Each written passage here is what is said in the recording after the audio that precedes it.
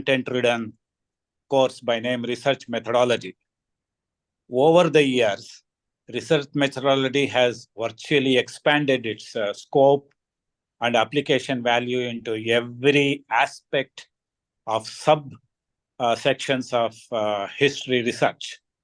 And I do not know the current situation or status of Mysore University as far as research methodology teaching and as far as research methodology application in research during their PhD writing.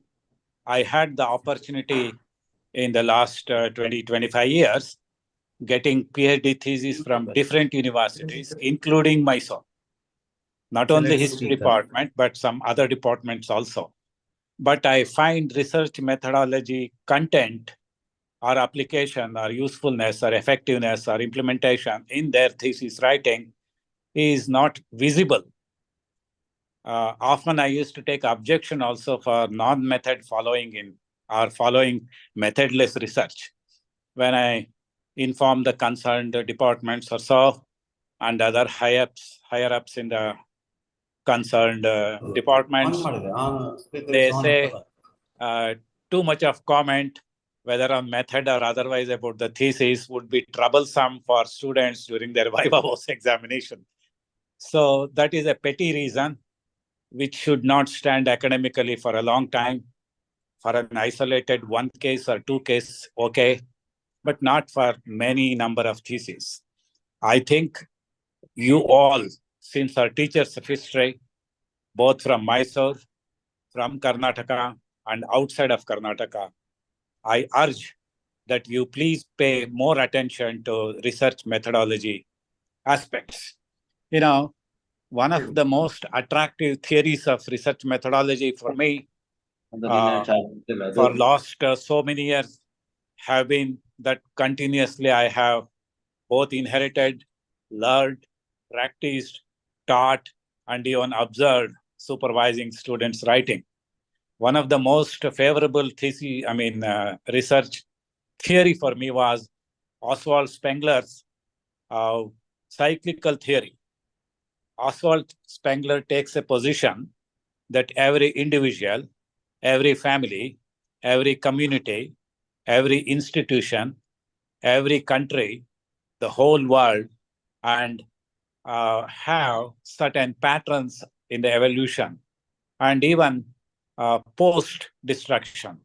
He says, every individual, institution, family, country, nations, whole civilization may have to bud, blossom, grow, wither, die, and decay.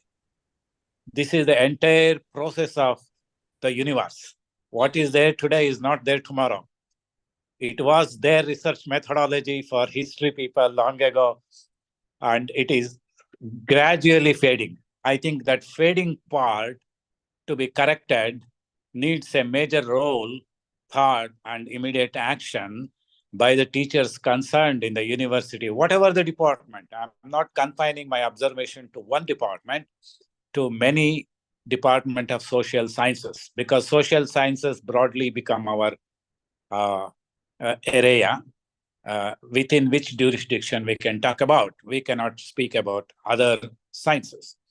Anyway, research methodology traditionally has certain practices continued for a long time, decades, I must say, even now. For example, descriptive history method, analytical method, then meta-analytical method, which we call meta-analysis. And then in the contemporary world, when we come to present day, contemporary, I mean today, right now, 10 o'clock, world over, if you observe, different universities and departments of history, maybe pertaining to their own countries, varieties of themes. Even if one word repeats in a second thesis, they would like to correct the title of the thesis. Such is the spirit of retention of methodological value respected by most of the global universities, including some in India. Not all. This not all is very important for us to take note of. And this is one. And beyond that, all that I can say with one confidence is Those who have dared challenge history often create history. They could be kings in the past days. They could be country heads or statesmen these days. Across Asia, across globe, you find people taking up very challenging themes. They may take a year or two extra. Age is no bar.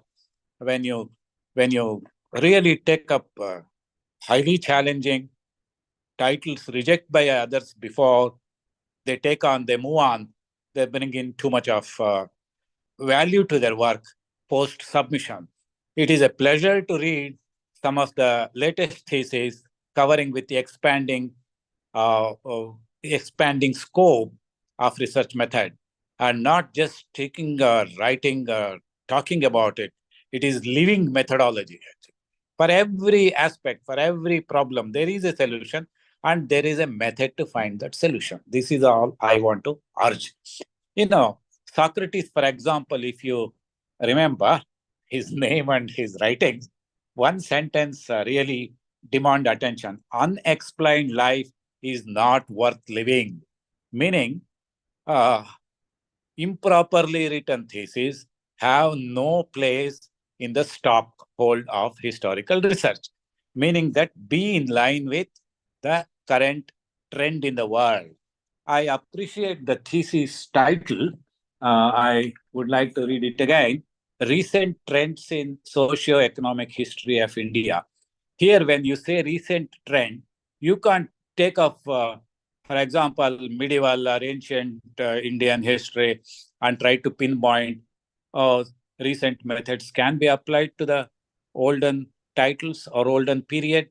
Possible. If you are revisiting the olden area, old period, or even medieval period, modern period, then new methods can be applied. Because new methods, when we say how new it is, similarly, when you say recent trends, how recent you mean recent, right? I take it recent meaning contemporary. Contemporary is present when we are alive, what is being practiced in the universities, in departments, and in history departments in particular. So recent trends we have to identify as one, the trend, the timing. Second is socio-economic. That is two aspects, society and the economy, right? And then history of India. That is with reference to Indian context, not necessarily to Mysore context, not necessarily to Karnataka context. It is in reference to the entire country, that is India, which is one. So when we look at this, if you take a look back on how Indian society was before, has it been brought out in writings and publications properly? Then how Indian economy had evolved over centuries. These are all older themes interested only for Indian students who study those aspects, medieval ancient period. Now, when we say recent, I think we should jump straight into 20th and 21st century, meaning that is the recent.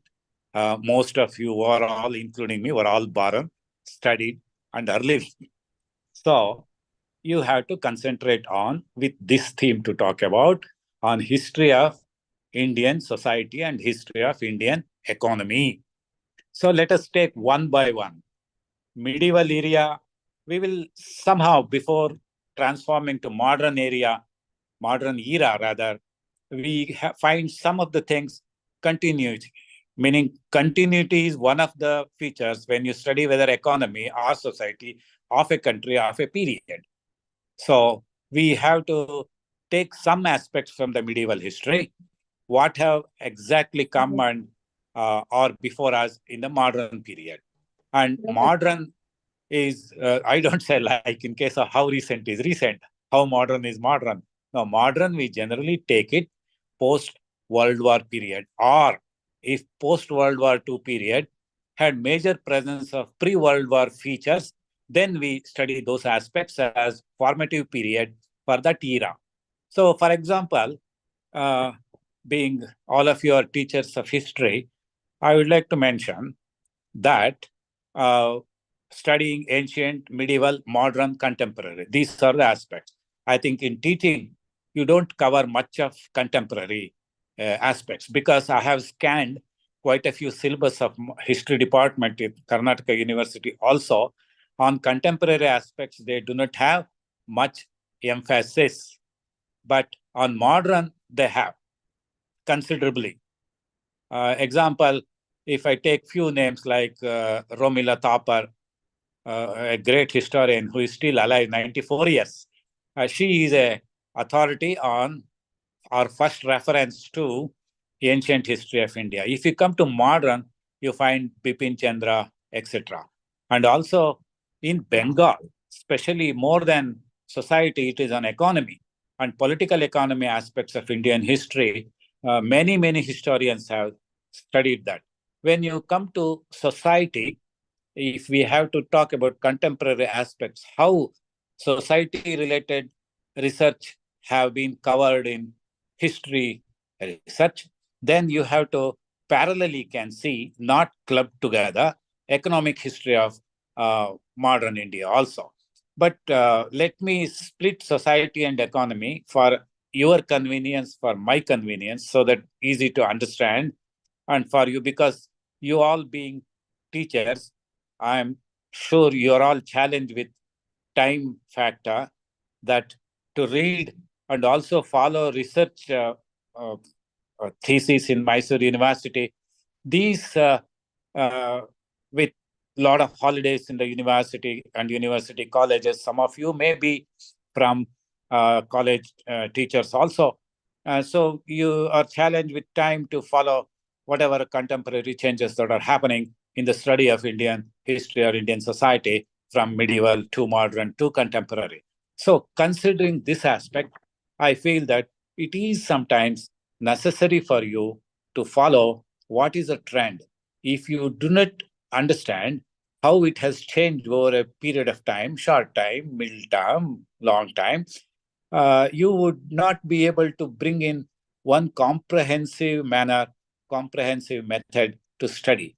So, lacuna in some of the theses I see of modern era also, then presented or talked about or submitted in the contemporary period in different universities of different states in India, whether central or state universities, no matter. So what I want to say here is, for example, you may appreciate, since most of you are from Mysore University, I believe, is it? Most of you are from Mysore University, affiliated colleges or nearby places.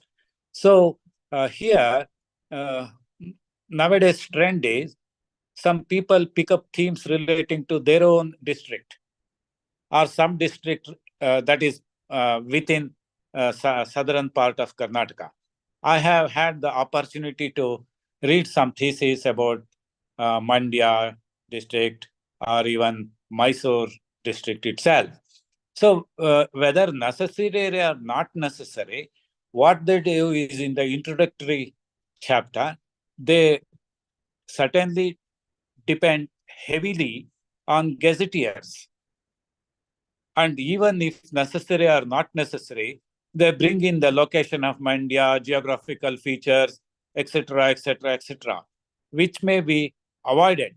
I think nowadays, when information is so much through whether Google searching or Bing searching or even through artificial intelligence method, when too much of information is available, and when you're submitting a thesis which will be examined by the teachers, they are also familiar with these aspects. And gazetteer information is also available through the Google or whatever, Shodh Ganga or whatever search engines. I think there you may have to avoid unnecessary description and explanation. Actually, your role is nil in that. You are simply bringing out whatever is available in gazettes. Is it that if XY is a researcher writing a thesis in Mysore or Chamaraja Nagar or Hassan or Bangalore, do you think you actually go to measure the places to say that this temple is located or that was the borderline of this empire or kingdom? Nobody does that kind of field work now. Field work is a necessary aspect in the study of history or in any area studies. So, geographical feature over explanation in the introductory part may please be avoided. This is my serious observation, and this is the forum where we need to bring in these shortcomings which are noticeable in theses that are submitted, cleared, and awarded, not in one but in almost all universities. Then for example, it is painful even for any of you to read those theses. When you come to know, they were all the religious, secular people. They supported all the uh, religions in the state or in the district.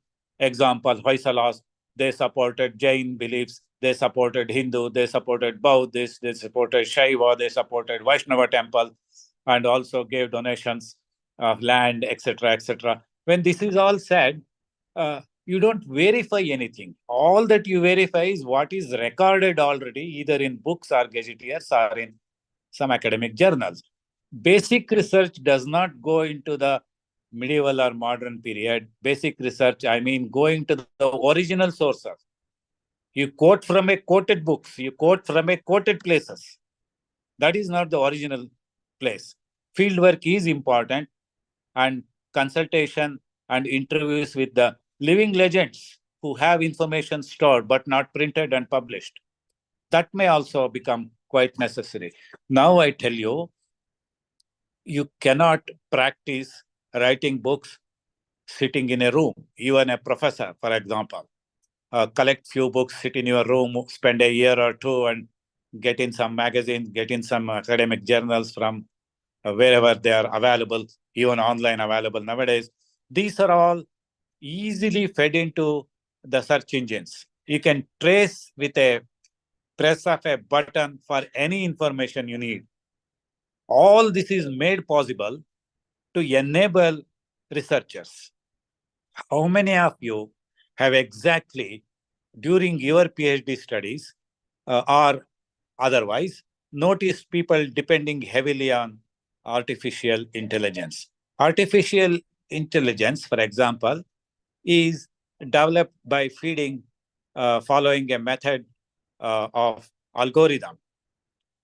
Whatever computer take in, whatever is put into the information, it is able to produce only that information out, what you call output, that you get it and you use it as a source. It is not bad. In case of India, for example, in artificial intelligence, we have gone too far today.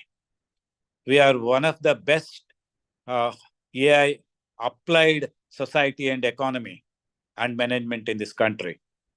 For example, recently, in the last 10 years or so, you see AI being applied in every sectors of India.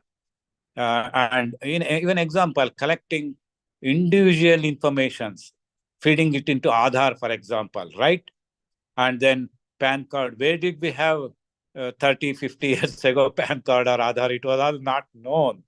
Even people who are socio-economic backward today are supposed to receive both from the state and from the central government benefits like food, earlier through ration cards, what to say. They are all now fed into the computer. You don't have to go from door to door to collect these information. Once collected, till corrected, it is put into the computer. Whatever you feed in to the computer, only that it is able to give as an output. Similarly, without Aadhaar, without ration card, would you think governments today would have been in India possible or felt possible or achieved this maximum socio-economic reach in India? No, it would have been quite difficult. Now we have applied. History of artificial intelligence, for example, in India, began sometimes in 1985-86, when IIT Kanpur and Bangalore Indian Institute of Science had some project relating to how we can use it to benefit Indian economy, Indian administration, and Indian society. This is how gradually it began. And in the last 20 years, it picked up a good speed. And currently, in last 5-10 years, it is virtually into everything. Your payment mode for shopping, for example, your money drawing from debit card or credit from the banks. See, everywhere it is centralized, it is linked, meaning life is made so comfortable, so easy for any of us, including old people like me, for example. So, benefits of artificial technology applied in a society, in an economy, via administration has a large outreach, large impact, large result. But don't think artificial intelligence is only beneficial. It is also having lot of shortcomings, weakness. When computer and through machine learning, it has to operate in a given style. It has the ability to handle and process large data, large database. Now with 5G, we are all experiencing in the speed and the quantity of data that we feed into, transfer, utilize. This is a great time that India society and economy, including administration, is experiencing the rich benefits of artificial intelligence. One. Number two, the weaknesses also we have to consider. Do you think all the information that is generated via Google or whatever is reliable? No. Probably every 70% of good information fed, it may be altered or morphed or did any problem, another 30%. So reliability level on artificial intelligence is to be re-established. One. Number two, for example, Indian government and Karnataka government and many state governments also have made that possession of Aadhaar card is necessary to derive benefits that governments do dole out to people. Here, example, there are many people destitute, single, widows, and very poor, very, very poor, who have no ration card or no Aadhaar card. Do you mean to say if they don't have this, they should starve and die? No, that is not a just society, right? So what do? Ration shop, which dispenses certain quantity of rice, etc., to the people. When an old lady, example, who have no other support, would turn up at the doors of ration shop, they would say, we cannot give because you have no ration card, you have no Aadhaar card. What will she do? If there are some good Samaritans like you, good people, educated people, you express sympathy, you express empathy, you express emotional intelligence. You would like to help them.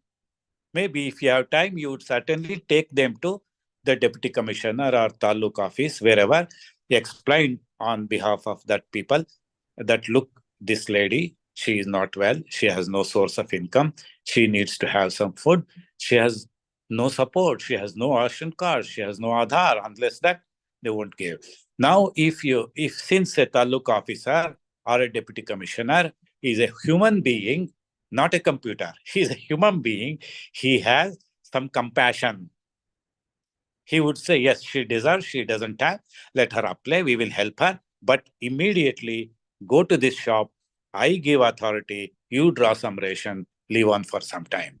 This kind of a helpful approach by a man who can help really needy people, computer cannot do. So artificial intelligence is artificial, therefore it is not real like a human being. So society and artificial intelligence, meaning there are a lot of drawbacks like this. So I think we have to also weed out these kind of some leftover people or who are not covered in the mainstream in the society needs to be supported. Now records, everything is through the computer. I think computer is not necessarily for socio-economic justice provision in the society. Every field, when I say whether railway reservation, whether it is bus ticket, shopping, anything is on the basis of artificial intelligence. Given this, now education is not an exception. So education field also has high reliability, high dependency factor on artificial. All the computers, laptops, all these available nowadays in phone, all of you teachers, even students more than us, utilize this. And all these Google and search engines would also help get it. So one cannot refuse in the days to come, in the contemporary world, if we are talking, yes, in the ancient, medieval, modern period, it had a slow evolution in the modern period only, say post-World War II period, but certainly right now, 2024 October, Diwali season, heavy dependence on artificial intelligence. Given another 5 years, another 10 years, India would also take pride. Many other countries have already put a leap forward in the dependency and in the utilization, usefulness, effectiveness, reliability of artificial intelligence. We should go on and on this. So we should be prepared. Teachers should be prepared, should be familiar with it, should be using this. Then they can tell the students. Students also will be. And you should be able to detect or find out where the students are following the fault line, where they are actually not performing in a sense that they would otherwise be better performing. So now teachers' role here in correcting students, both in just classroom teaching and in suggesting them to study books, what books, which book, when publication, who the author, which aspect content it has, that is relevant. Those problem of choice, there are so many things before teachers also to cover. But unless teachers are equipped, unless colleges are equipped with instruments, and universities are equipped, libraries are equipped, there should be more liberalization towards that. It is not economic liberalization alone, it is the educational institutions liberalization that also helps a very, very great deal. And hence, we cannot shy away from artificial intelligence as teachers, as professors, as researchers, as even principals who should be in fund allocation very liberal towards acquiring computers, making students familiar with it. What do they have in their phone? What do they have in their laptop at home is not the concern. In the school, have teachers probably properly trained the students or not is important. Little higher level, that is at the university level, I think even government has been quite friendly of late. I think even many universities and many colleges, they have distributed even laptops to the students, which is a great assistance to students. There are many from the economically backward communities who cannot afford because their living expenditure is so much, life budget, monthly budget, annual budget, income and expenditure gap management. That is a huge challenge. Can you easily expect such parents to provide laptops to their children? First, if they send their children to go to education institutions, study, come out with a graduation, that itself is a challenge. So I would urge most of you to encourage your students to do well in that. And one. Number two, and even equally important, I may avoid to some extent references to Karnataka because you are talking history of India, right? It is not history of Karnataka in your theme, recent trends in socio-economic history of India, right? Here, we have, for example, for the convenience of academicians, partitioned or apportioned the title, like medieval India, modern India, contemporary Indian history. But I will take, for example, I will also encourage you to have some liberal approach in your mindset. This history, like many other subjects, is a continuously changing subject. Continuity is very, very important. We have to assign here and observe. More importantly, observe than assigning. For example, when you say recent trends, studying socio-economic history of India, that is doing research on it. That research time or study time is missing here in the title. Recent trends, fine. What are the methodological approach and what are the dependency factor? What are the overflowing sources of information, research information that you can identify in research? And socio-economic history, even easily approach it. Trends in history, you can only identify trend in history, right? What is important today? What are the newer approaches that have come to study these aspects in society? So you have to broadly have the national approach. When you say socio-economic history of India, social history, economic history itself takes time. And in 1 hour, if we have to comprehend socio-economic history of India, then it is a possible task, but not explainable every smaller aspect here. For example, I tell you, take for example, there is some some teacher candidates from Bihar, I am told, in this group. So, especially welcome them. I'll give you an example of Bihar itself, for example. See, before 2000, where was Jharkhand state, for example? No, it was founded in 2000. Before that, there was a movement for creation of Jharkhand as a state. So that movement took a long time. And finally, realization on the part of national government and cabinet and the parliament, yes, they signed creation of many states, and including Jharkhand. Jharkhand has a huge presence of scheduled tribe people. Scheduled tribe. Tribal population in Jharkhand actually, as a proportion in the society in Jharkhand, is much higher than other backward classes or other backward classes, even scheduled castes and all other castes. So tribal populations which had lagged behind in the socio-economic measurement in India, comparatively or specifically as confined to Bihar before and Jharkhand later, had drawn. I think one would appreciate that in society, since tribals in Jharkhand are maximum in terms of population, they should be having maximum facility. If they have maximum facility both from the state and otherwise, they would definitely be far ahead in terms of income, in terms of other asset building, in terms of employment, in terms of earning, in terms of managing the family, improving social status.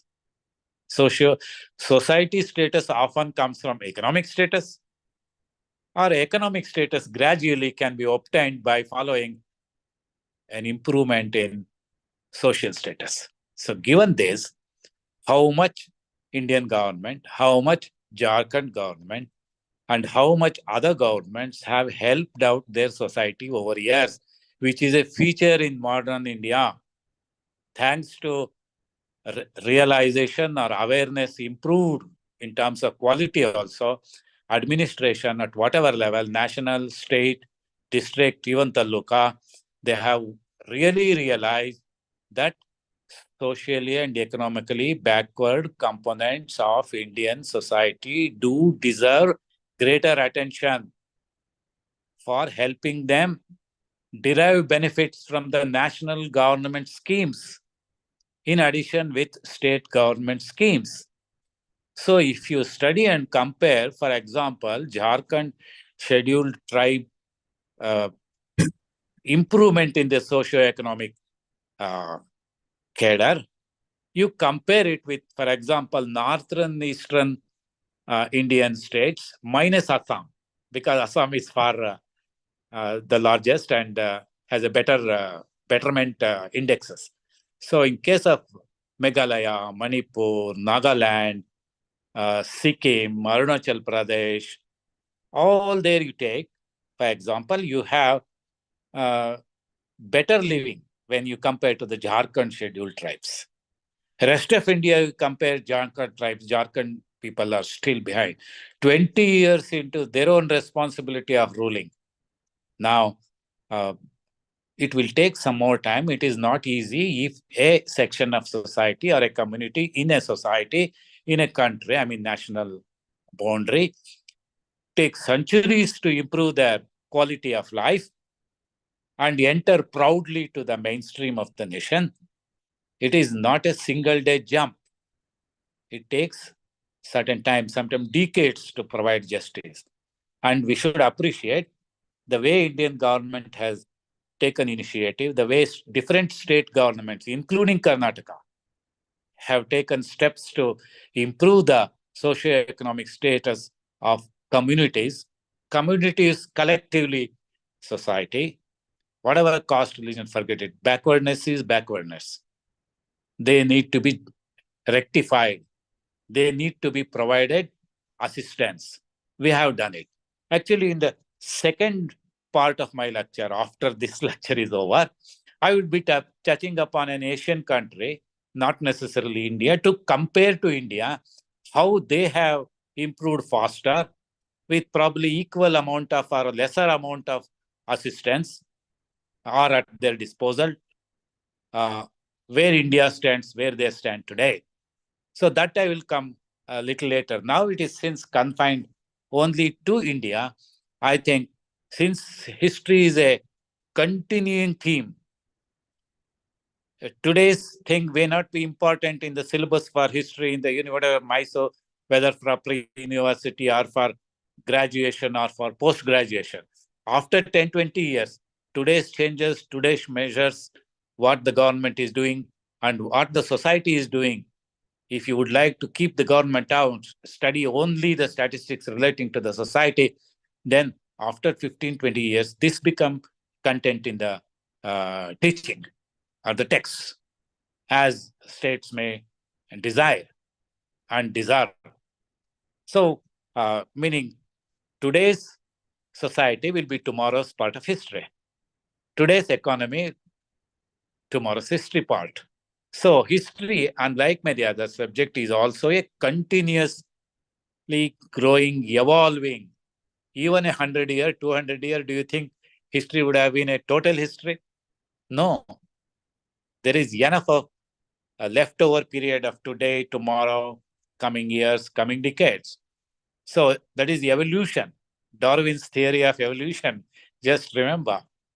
So when actually we stand at a turning point, and when major changes are happening in Indian society, in Indian economy, it needs to be covered in the teaching. Not necessarily economics department has to take note of or take care of or take care of teaching economic content. No, even in history.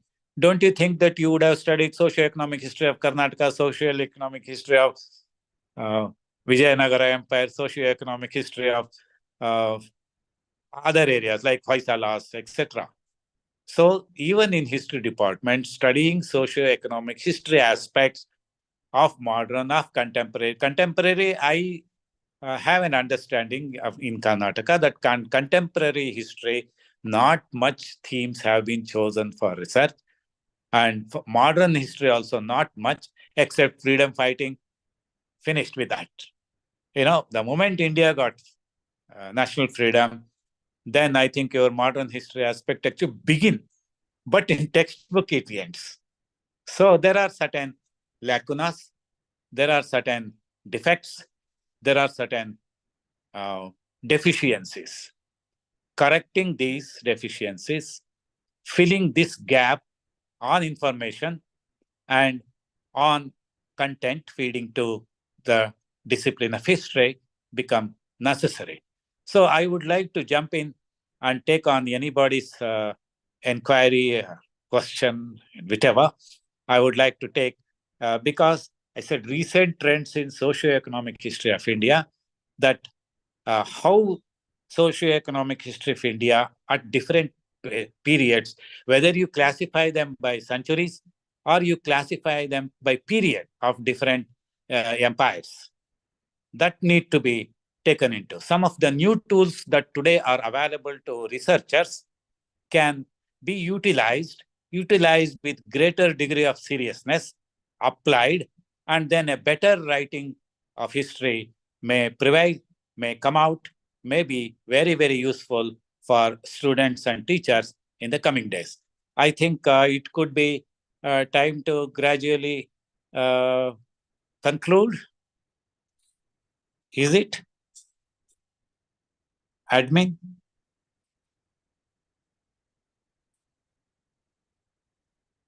Yes, sir. Hello? It is up to 11:15, up to 11 you are allowed to Okay. lecture. Okay. Then see how the societies across, that 11:15 including question answer session? Yes, sir. Yes, Yes, then when do I stop? At 11 o'clock, sir. 11 o'clock you have to stop your lecture, sir. Then it's allowed for 15 minutes for question. Okay, now another 15 minutes are left for me to cover. Yes, sir. Yes, sir. Okay.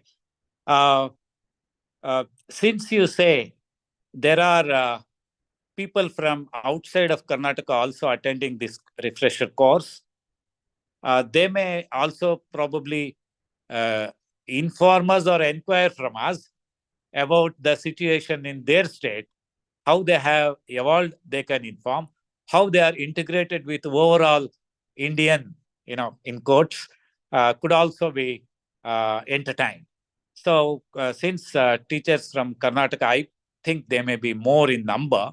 Number is no matter, it is only a number, but we can have a fruitful discussion also. But see, let me come to where I made a very maybe bad remark that modern Indian history ends with obtaining freedom in India, and post-freedom period till now, that is about 70 plus years, have not been covered in the history textbooks, in the history content in different universities. That could be gradually looked at. See, if you look at immediate post-war period, I think into the late 60s, we were a poor country, but with rich resources. Mineral resources in India is so much we have still been exploiting, and still for future and for posterity, there will be more than enough resources left. Now, for example, see, iron ore. We have such a great iron ore deposit. In Jharkhand, I made a reference, and Jharkhand has such a good iron ore deposit. And near coal. These are the two major reasons why in the overall earlier pre-Jharkhand Bihar, where Jharkhand was a part, coal and iron ore were the major resources on which the entire state depended on for revenue. And now, maximum of those resource deposit regions are with Jharkhand. But still, that state in socio-economic indices has not been on par with other states in the Indian nation. So when you take that kind of a thing, post-World War II period situation has to be seen.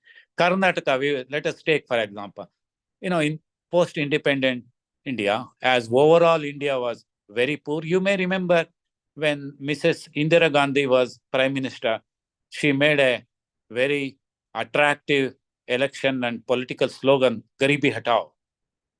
Major thing was poverty in India.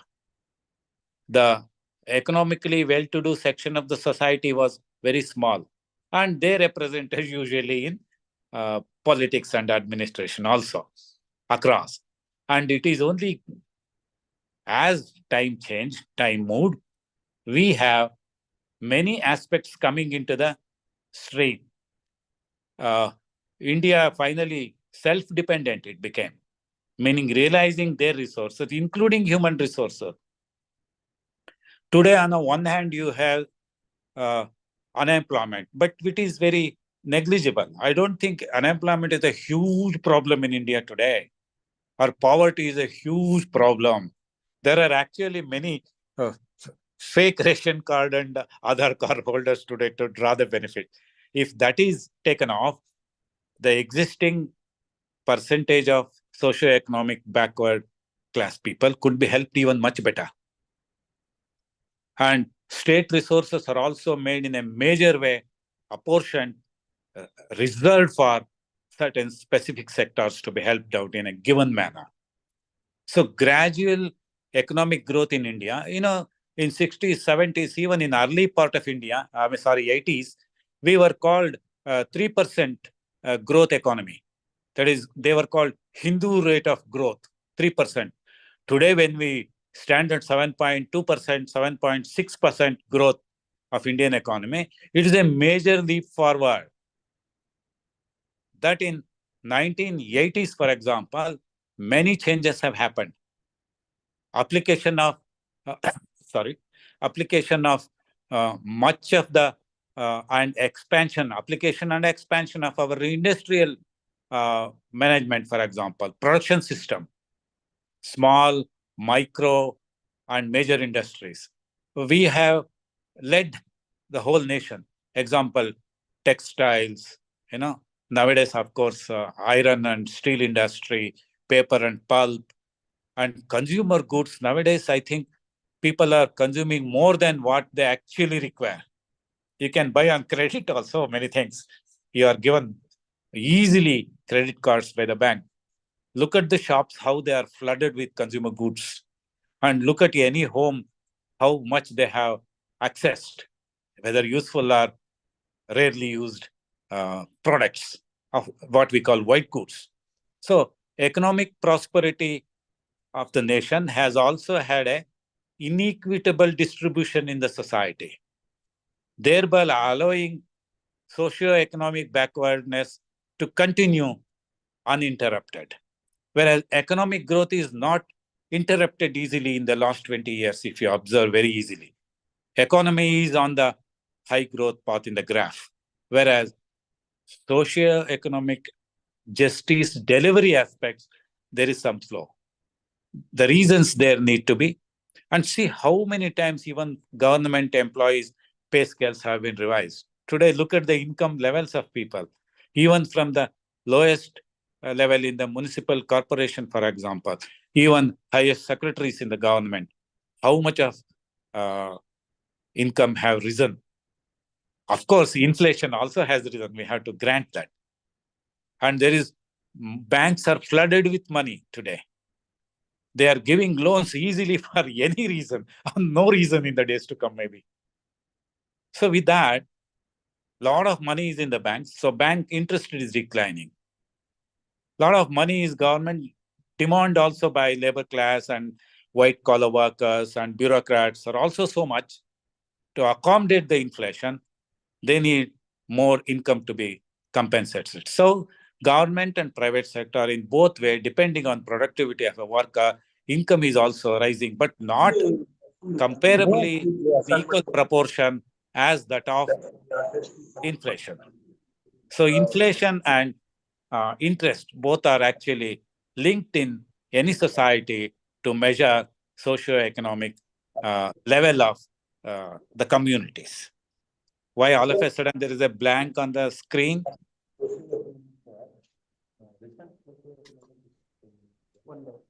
Nothing, sir. It's working well. No issue. It's working. There is total black on the screen, the reason. Thank you. And then the challenges are there. It is not that only benefits are easily available to our people, which are covered, if not necessarily in history aspect, but elsewhere in economy and society aspect, that is sociology and economics department and political too, they are being just covered. See, environmental pollution, for example, the extent to which it has become quite dangerous today, unless tackled in the immediate future and unless enough resources are provided. Look at the level of deforestation that has taken place. Look at the conversion of many agricultural land that has been converted for commercial or for living purpose. There is a quite disproportion in that. So environment is on the one hand getting destroyed, on the other hand, whatever remains gets polluted. So this is one of the most dangerous things, because wind blows across and the polluted thing that we all inhale, then it becomes into a health question. So I think in the explanation of application of artificial intelligence, it didn't occur to me earlier, I should have mentioned health sector also. The benefits easily derived by and doled out to the society through the medical services that has the content of artificial intelligence is helping the society greatly. On health record also, government has taken enough measures in the past to assist the society to derive maximum benefit from the government schemes.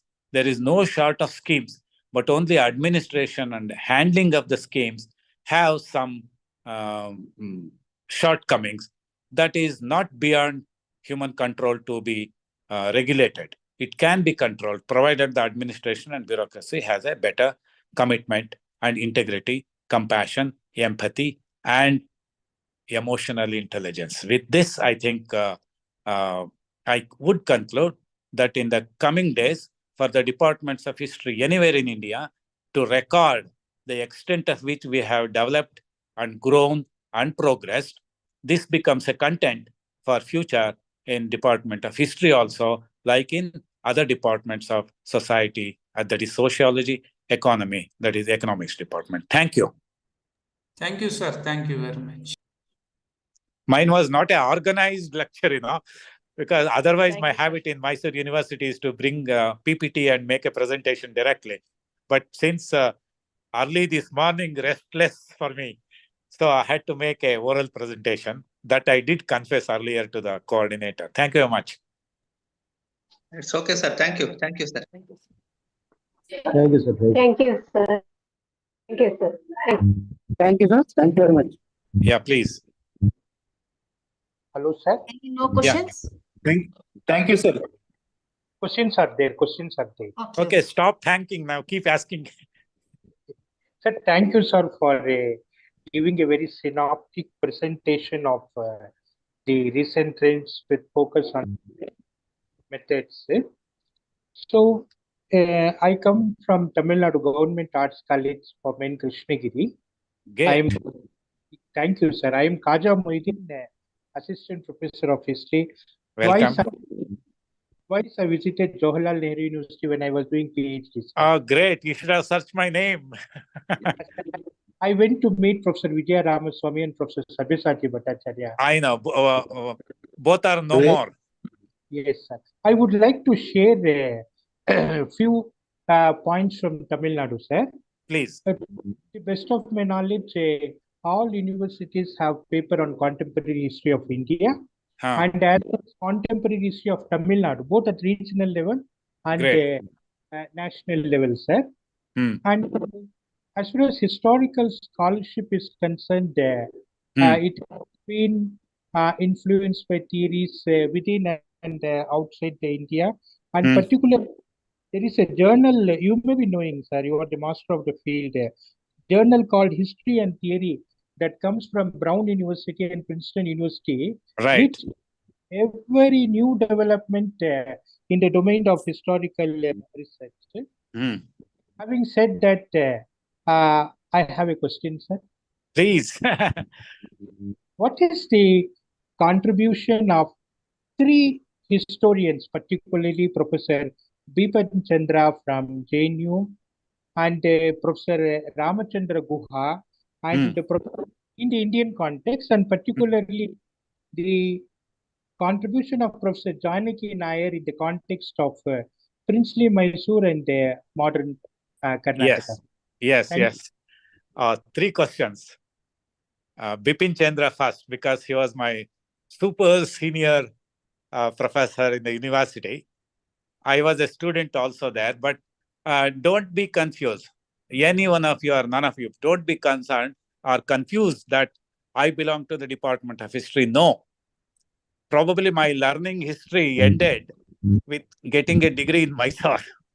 Understood, sir. Understood. Yeah, I never continued my tryst with history after I graduated from Mysore University.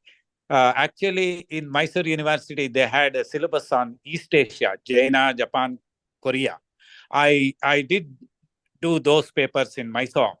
On that basis, I did join the East Asian department in School of International Studies, JNU, and not Department of History, JNU. That is Institute of School of Social Sciences. Okay, that is one.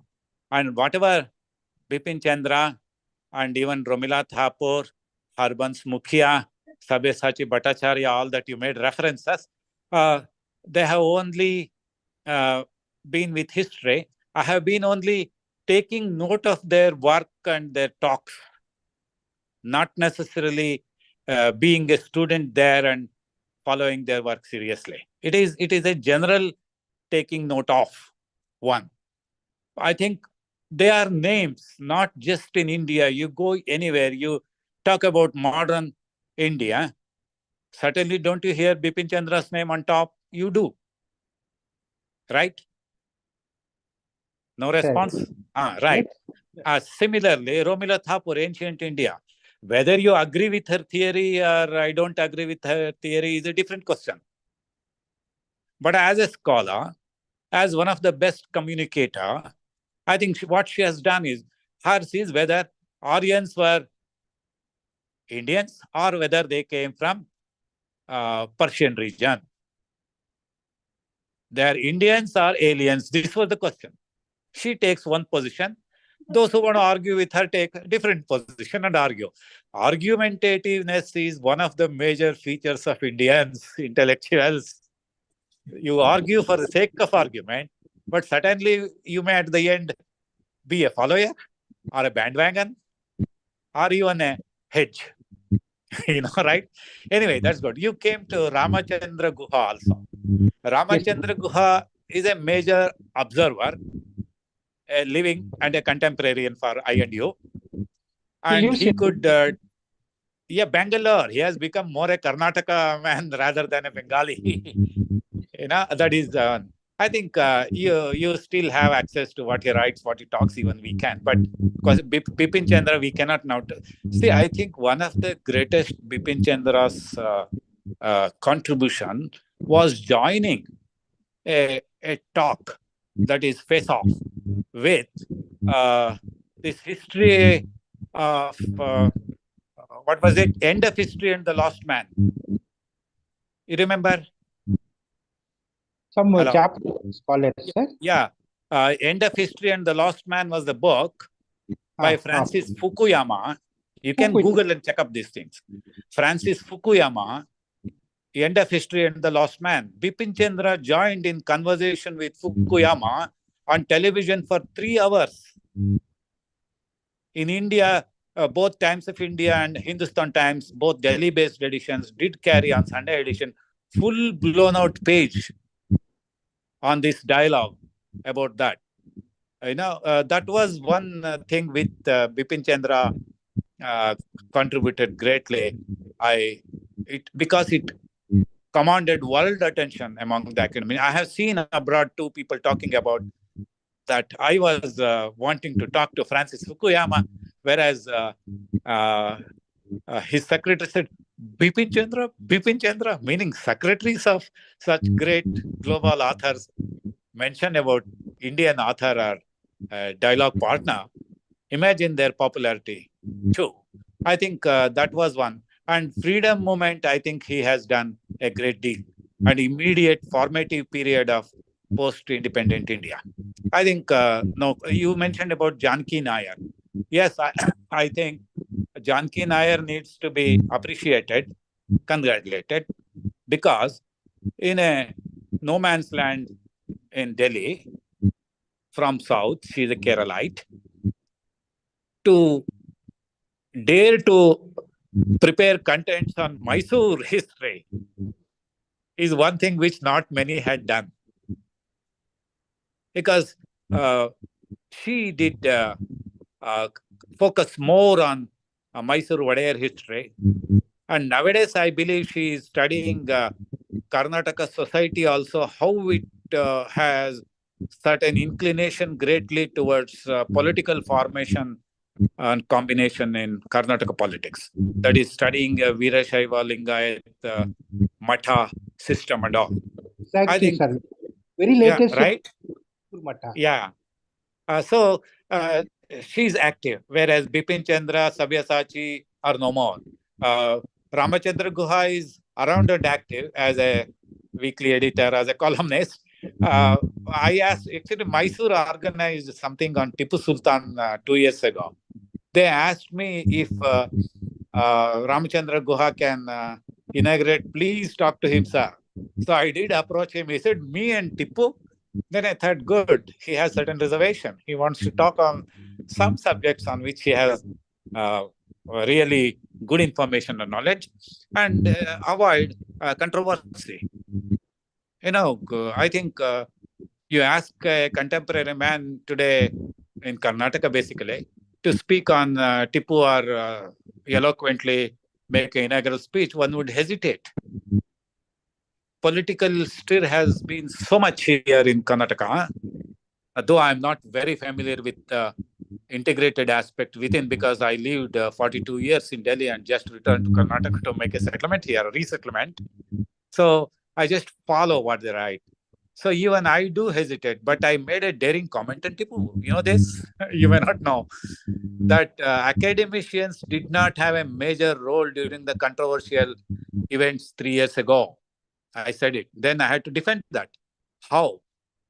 People on the road, vegetable vendors, shopper, anybody would speak so much, taking a position for or against Tipu, but they did not make any attempt to make peace. Teachers had a role those days, but they shed that role. Instead, it was confined not in the classroom, but in canteen, coffee house, table dialogue. I think academicians lost an opportunity which was at their doorstep to interpret properly, because they are authorized as professors of history, having studied, to take a position and normalize the relation at the society. Academic responsibility, academicians' responsibility to society was an opportunity during the controversial period here, but they did not take a role. So question of succeeding does not appear at all. This is my opinion. Thank you, sir. Thank you. I can take other questions. Please don't, you have a chance, go on and ask. Time is yours.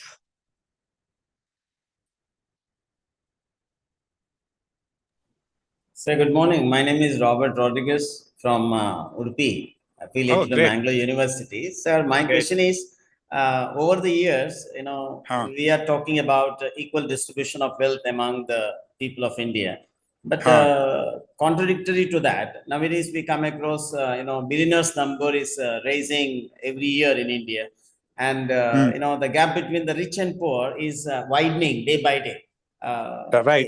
In spite of the development or growth, or we find in different sectors, but still the gap between the rich and poor is widening so much that it's impossible to bridge in between the two sections. What is your opinion about this, sir?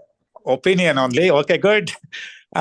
See, gap between rich and poor is not a feature in Indian society. It is a majorly visible feature, easily understandable feature. Go to any country, you do find people having too much of disposal for them and others who are devoid of them. So these are what you call easily elite class and the no holds barred class. So it is, why it is not district? Can I easily take away part of your salary by force and give it to your juniors or somebody else? It is not that easy. There is no difference between me and you then, or exploiter and the exploited then. I think rich and poor division do exist in any society, any time, and even in future. Corrective measures have to be taken. Corrective measures have to be necessarily political measures. It is the administration, state or national level. But if you look at India, from 80s onwards, or up to 80s, it was the talk of that Garibi Hatao, I told you, remove poverty. Can you easily remove? It is a relative term, my brother. Right? It is relative term.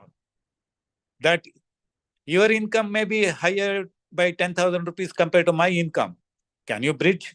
No, we are not talking of this bridging of the gap within a class. I mean, teachers class, engineers class, bureaucrats class. No, we are talking of the lost man with resources, nothing. We are talking of the first man, far advanced. Can you and me be equal? We may have different years in gap. We may have different years in service length. Accordingly, these are fixed, but within the teacher community ranking and slabs or salary. But so those who do not have, even among them, there are differences. Those who cannot have, socially destitutes, right? People with disabilities.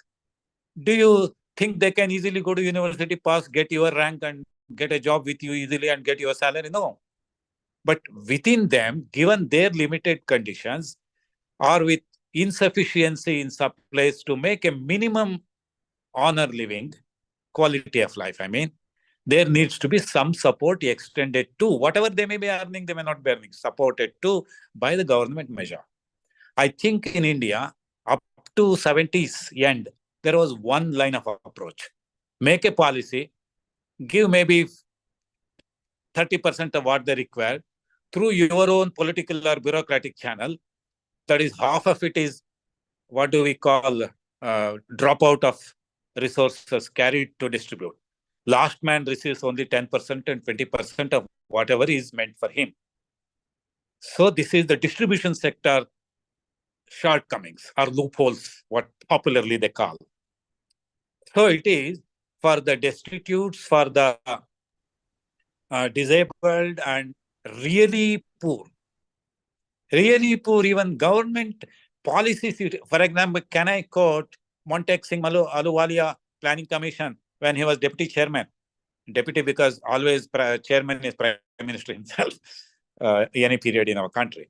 So Montek Singh Ahluwalia, he renovated the bathroom in his floor in Planning Commission office with 3 lakhs budget.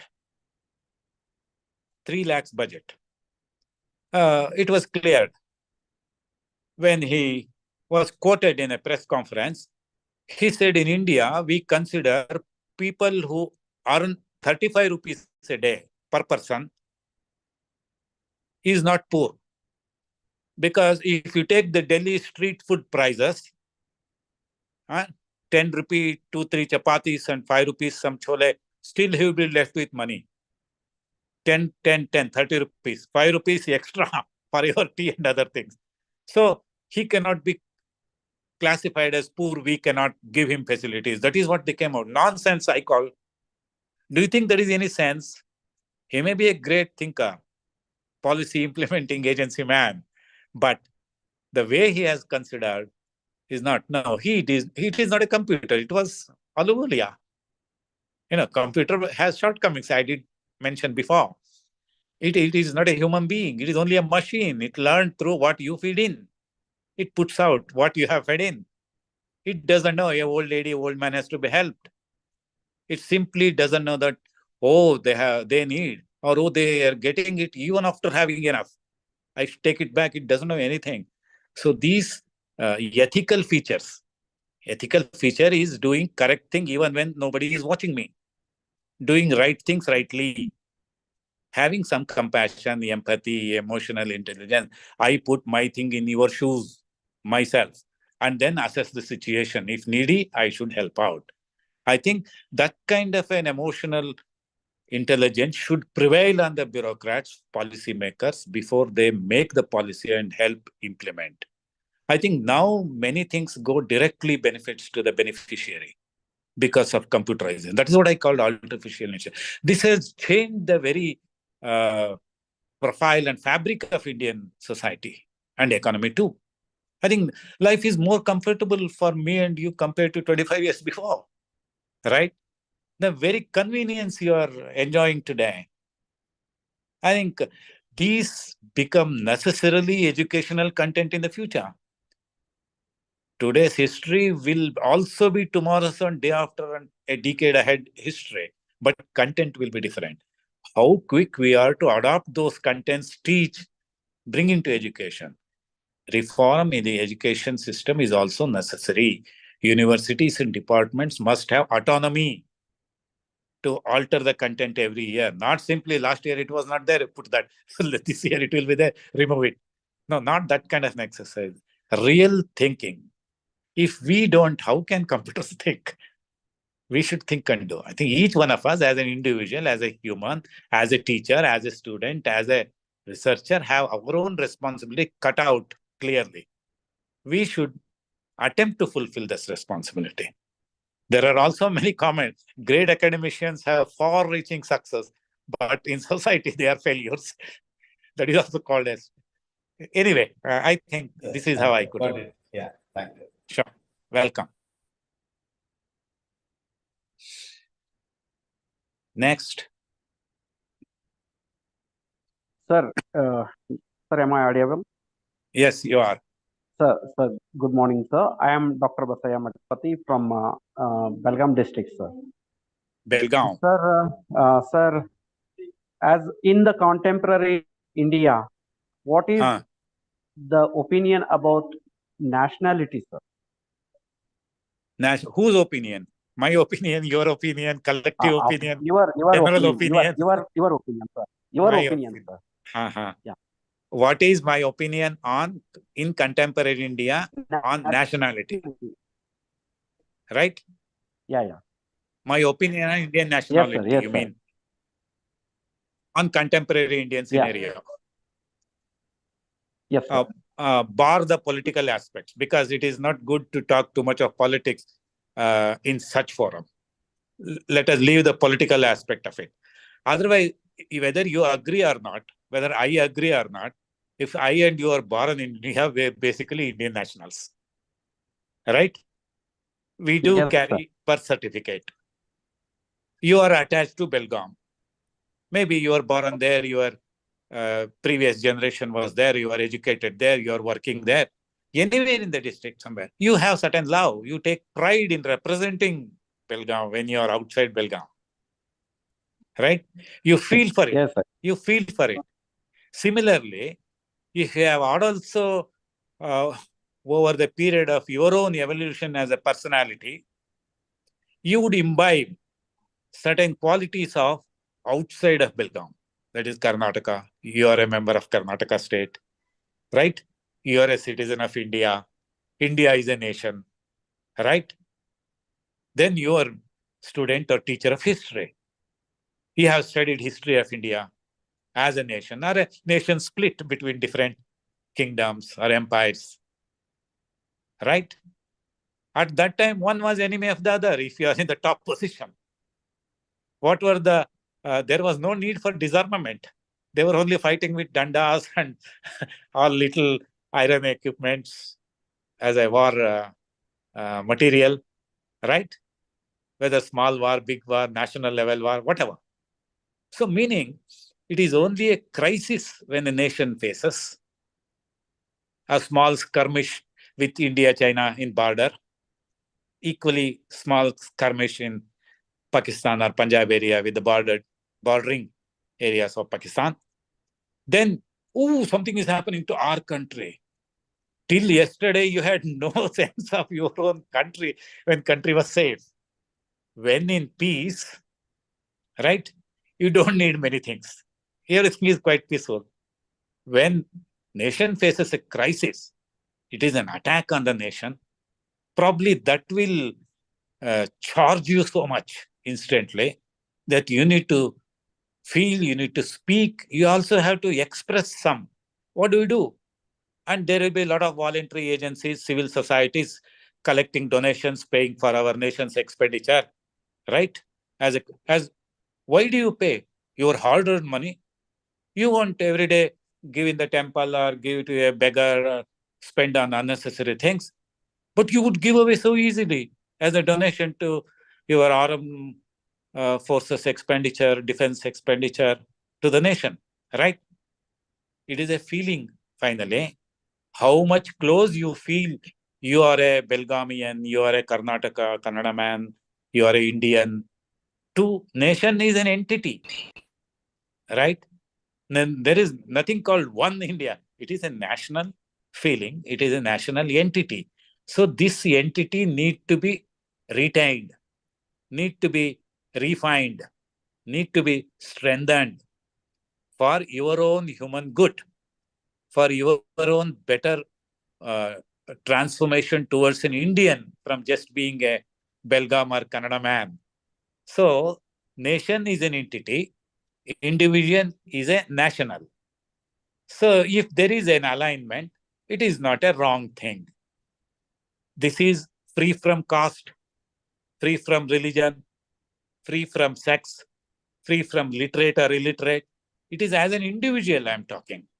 Your affinity to the nation, your expression of feeling towards your nation when it's in crisis.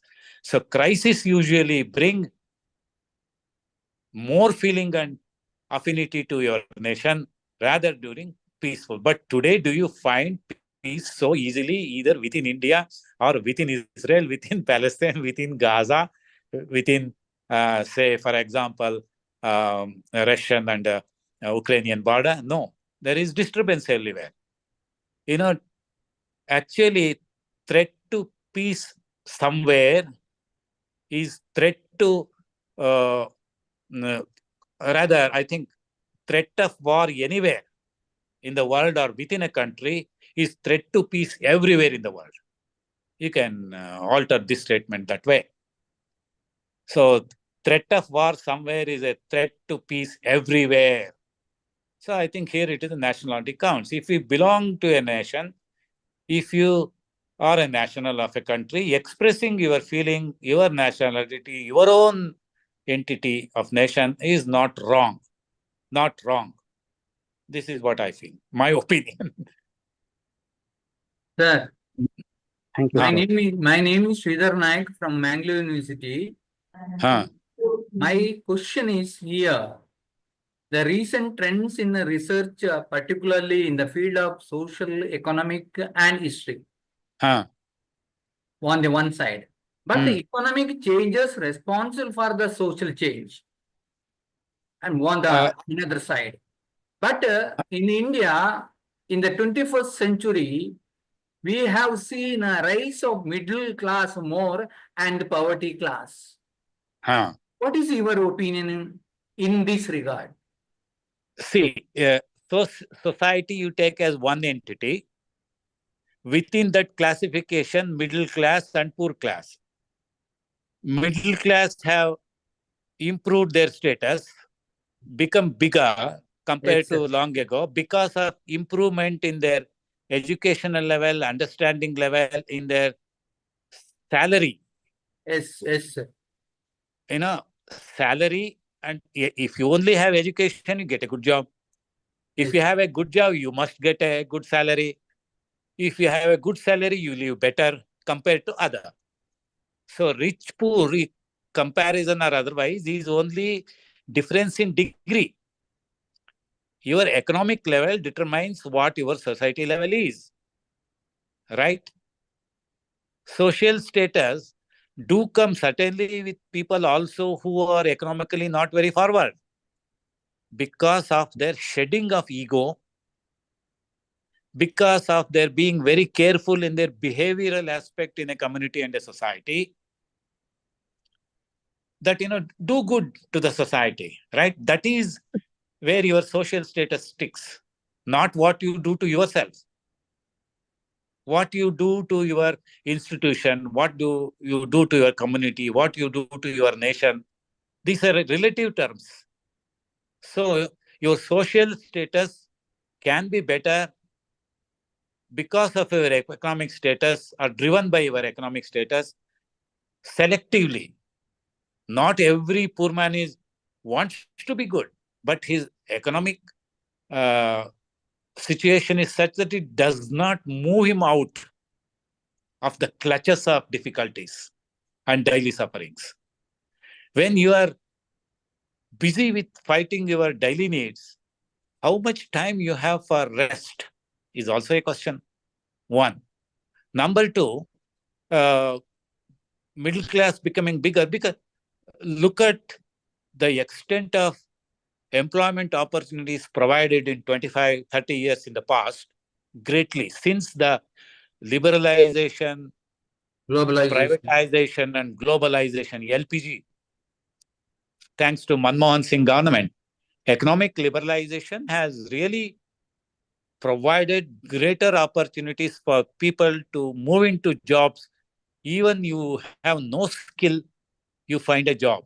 Job means you get a salary. Temporary job, permanent job, these are all different. Education gets you a better job.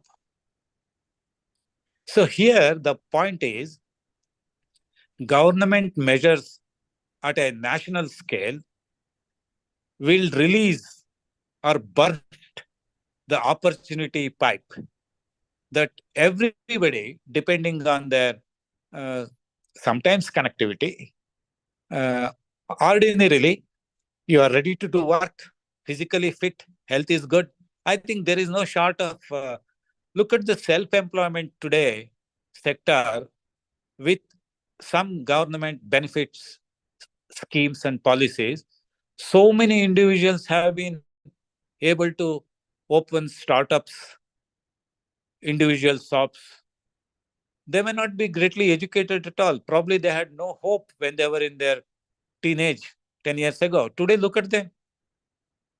Look at number of vehicles that crisscross any road in any state, in any part of India.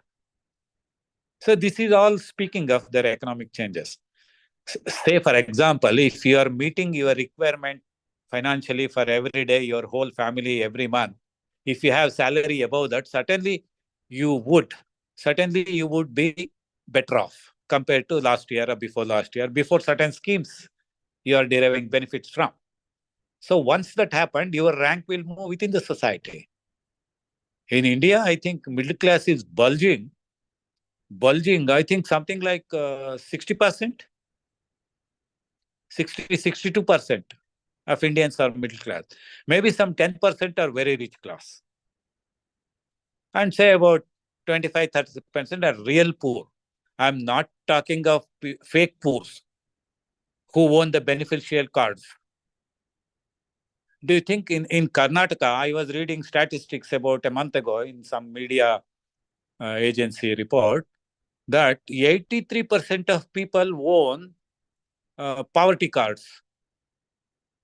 What do you call that poverty card? Below poverty line, BPL cards. And above poverty is only 22%. Can you believe this? Now government has decided to correct this measure by removing fake cards, detecting through, again, computers, artificial intelligence dependency, and trying to correct the social differences. One. Number two, even nationally speaking, there were earlier schemes that anybody who has two-wheeler also will not be called poor. Now they say two-wheeler can be expected. This is last week policy from Delhi government. Last week, changes made that two-wheelers, if you have, you will still be poor.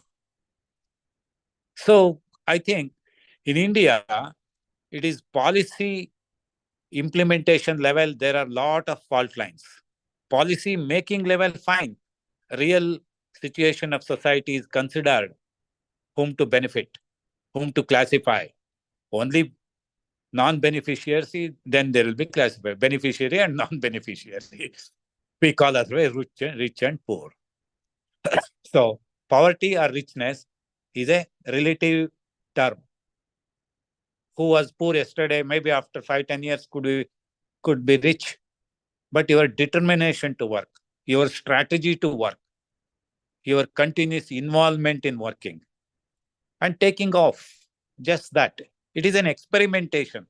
It's a great socio-economic experiment going on in Indian society in churning out the resources and helping the people in terms of opportunities, in terms of benefits, in terms of jobs, in terms of salaries, then trying to, if they have provided opportunity, if we don't utilize it, then I think even I cannot be a normal person, right? When it is available, meant for you, why don't you improve your social and economic status? I think it is a race which will go on for ever and ever.